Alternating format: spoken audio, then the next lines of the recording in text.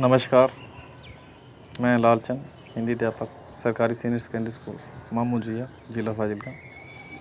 हिंदी विषय के ऑनलाइन शिक्षण में एक बार फिर आपके सामने उपस्थित हुआ हूँ एक नया विषय लेकर, जिसका नाम है प्रायश्चित।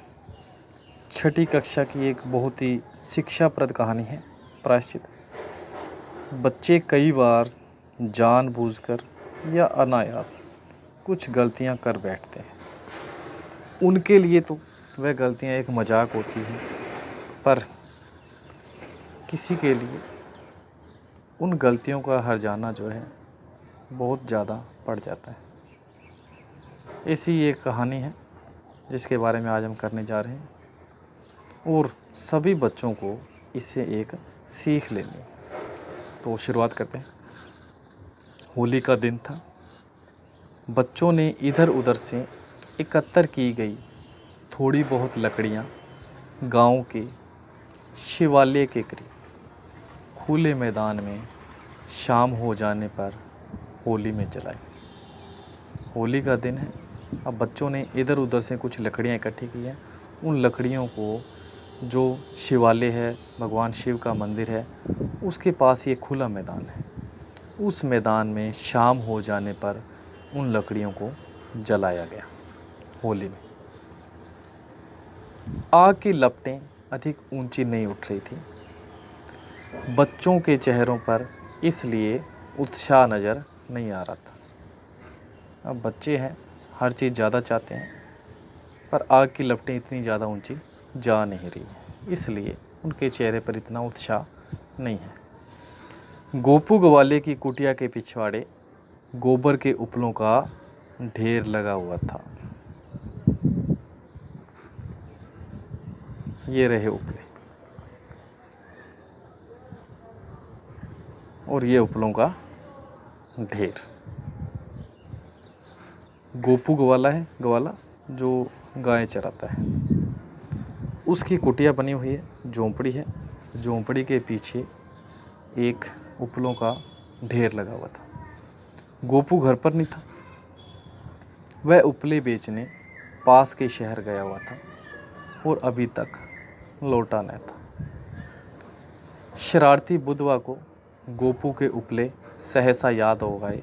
अचानक याद आ गया। एक लड़का है, बड़ा शरारती है, जिसका नाम है बुधवा। उसको गोपू के उपले याद आ गए। आज दोपहर पाठशाला से घर लौटते हुए भी उसने ग्वाले की कुटिया के पिछवाड़े उपलों के ऊंचे ऊंचे ढेर देखे थे।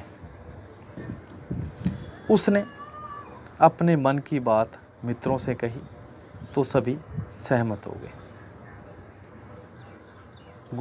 गोपू की कुटिया के पिछवाड़े पहुंचते बाल मंडली को देरने लगे। बाल मंडली, बच्चों का झुंड। कुछ लड़के जल्दी जल्दी उपले बटोरने लगे तो कुछ उन एकत्र किए गए उपलों को शिवालय के करीब जल रही होली की आग को समर्पित करने में तल्लीन हो गए। तल्लीन, व्यस्त। अब कुछ बच्चे जो हैं वह तो उपलों को इकट्ठा कर रहे हैं, एकत्रित कर रहे हैं। बाकी के बच्चे क्या कर रहे हैं, जो उपले एकत्रित हो गए हैं उनको ले जाकर जो शिवालय के पास होली जल रही है उस होली की आग में झोंक रहे हैं। तेजी से जलते उपलों को देख सब खुशी से नाचने गाने लगे। अब बच्चों की इच्छा पूरी हुई है। अब आग की लपटें पूरी ऊपर जा रही हैं। उपले बड़ी तेज़ी से जल रहे हैं, जिसको देखकर बच्चों को खुशी हो रही है और खुशी में वह नाच रहे हैं, गा रहे हैं। गोपू थका हुआ शहर से लौटा तो खा पीकर कुटिया के भीतर सो गया। दूसरे दिन रंग पंचमी थी। सोकर उठते ही वह मन ही मन बोला, काश आज ज़्यादा उपले अगर बिक जाएं तो अच्छे पैसे हाथ आ जाएंगे और पास के गांव जाकर वह भी अपने सगे संबंधियों के संग होली मना आएगा।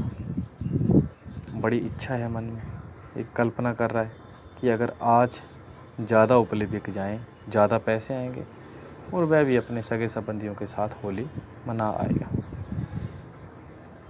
नहा धोकर चाय पीकर खाली टोकरी हाथ में लिए उपले बटोरने पिछवाड़े आया तो मैदान साफ नजर आया। मैदान साफ नजर आना मुहावरा है, कोई भी चीज़ बाकी नहीं रहे, सब चीज़ें गायब हो जाना।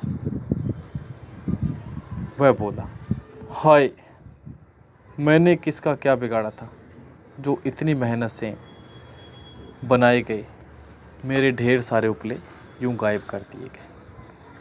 वह सीधे गांव के मुखिया जी के घर पहुंचा और नैनों से गंगा यमुना बहाते हुए अपनी आप बीती सुनाने लगा। नैनों से गंगा यमुना बहाना, दोनों आँखों से आंसुओं की धारा बहना। और दुखी है क्योंकि उसकी इतनी मेहनत से बनाए गए उपले गायब हो गए। मुखिया जी बोले, तुम चिंता न करो, तुम्हें ज़रूर न्याय मिलेगा। गोपू के घर से जाने के बाद उन्होंने दिमाग दौड़ाया और मन ही मन बोले, ये सारी करतूत ज़रूर गांव के इन शरारती बच्चों की ही है। वह बारी बारी से सबके घर पहुंचे और बच्चों के अभिभावकों से बोले, अभिभावक माता पिता क्या बोलते हैं, गरीब गवाले के परिश्रम से बनाए गए उपले ये होनहार बच्चे होली की आग में झोंक आए। किसी के आंसुओं से हाथ भिगोकर हम होली नहीं मनाना चाहते। अब किसी को दुखी करके, किसी को परेशान करके हम ये खुशी का त्यौहार नहीं मनाना चाहते। आज दोपहर तक सभी बच्चे मिलकर उपले तैयार कर गोपू गवाले को दे आए।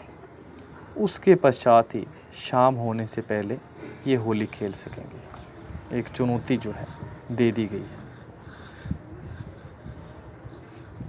उपले तैयार किए बगैर दोपहर से पूर्व कोई भी बालक होली खेलता नजर आएगा तो अभिभावक को प्रति बच्चे पर 100 रुपये जुर्माना देना पड़ेगा। चेतावनी दे दी गई, अगर कोई भी बच्चा उपले तैयार करने से पहले होली खेलता नजर आ गया तो उसके माता पिता को 100 रुपये जुर्माना देना पड़ेगा। मुखिया जी की आज्ञा को शिरोधार्य करते हुए, शिरोधार्य मानते हुए, स्वीकार करते हुए सभी शरारती बच्चों ने गाय भैंसों का गोबर इधर उधर भटकते हुए इकट्ठा किया और सब धूप में खुली जगह पर उपले तैयार करने में जुट गए। जुट जाना, लग जाना। अब सभी ने काम शुरू कर दिया है। इधर उधर से गोबर इकट्ठा किया, फिर धूप में खुली जगह में गोबर से उपले तैयार करने में लग गए। खेल ही खेल में जो उपले होली में जला डाले गए थे उन उपलों को बनाने में कितना पसीना बहाना पड़ता है ये उन्हें ज्ञात हो गया था। दोपहर होते होते ढेर सारे उपले तैयार हो गए। मुखिया जी गोपू गवाले की कुटिया पर पहुंचकर बोले, गोपू भैया, बच्चों ने प्रायश्चित कर लिया है, तुम्हारे उपले इन सब ने पुनः तैयार कर दिए हैं। वैर भाव को भुला दो, चलो इस बाल मंडली के संग हम भी होली खेलेंगे। कहते हुए मुखिया जी ने दुपट्टे में छिपाई हुई अबीर की पोटली निकाल बच्चों को थमा दी। गुलाल के बादल उड़ चले। मुखिया जी का इतना सुंदर न्याय देखकर गोपू का चेहरा खिल उठा। गोपू को खुशी होने लगी। ये अबीर है, गुलाल बोलते हैं जिसको, और हर तरफ गुलाल जो है उड़ती दिखाई देने लगी। तो यहाँ पर इस पाठ की समाप्ति होती है। उम्मीद करता हूँ कि आप सभी को ये अच्छी तरह से समझ आ गया होगा।